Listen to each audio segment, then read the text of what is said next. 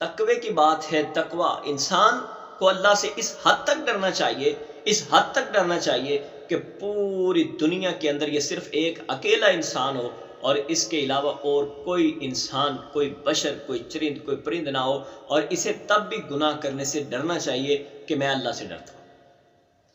میرا یہ مثال دینے کا مطلب یہ ہے کہ انسان کو دنیا کا کوئی بندہ نہ دیکھ رہا ہو، وہاں پہ بھی انسان گناہ کرنے سے پہلے یہ سوچے کہ مجھے میرا مالک اور خالق دیکھا۔ جب انسان کی یہ سوچ ہوگی، جب انسان اس انداز کا رویہ اپنائے گا، اور اسی لیے نبی صلی اللہ علیہ وسلم نے بہت ساری احادیث میں انسان کو بہت سارے فارمولے سمجھائے۔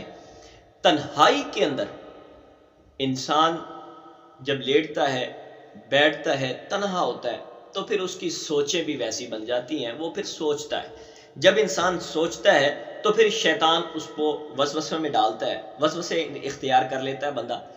جب وسوسوں میں جاتا ہے تو پھر وہ گناہ کرنے کے قریب چلا جاتا ہے۔ اسی لیے فرمایا کہ انسان اپنی زندگی میں اپنی تنہائیوں کو خالص کر، تنہائیوں میں اللہ کا ذکر کرو۔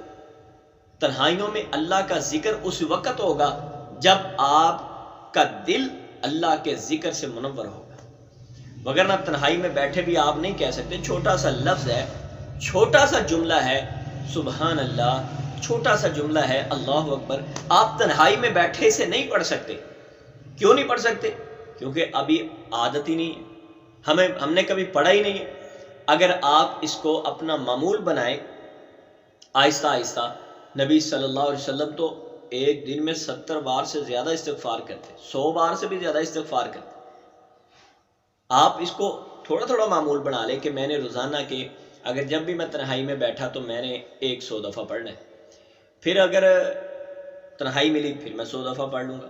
اگر اس سے بھی کم آ جائیں، تھوڑا سا لو لیول سے کام کریں، تو پھر انشاءاللہ آہستہ آہستہ جب آپ تنہائیوں میں جائیں گے، پھر آپ کو تنہائیوں میں وسوسے نہیں آئیں گے، شیطان نہیں آپ کو آ کے وہ دغا دے گا۔ کیوں؟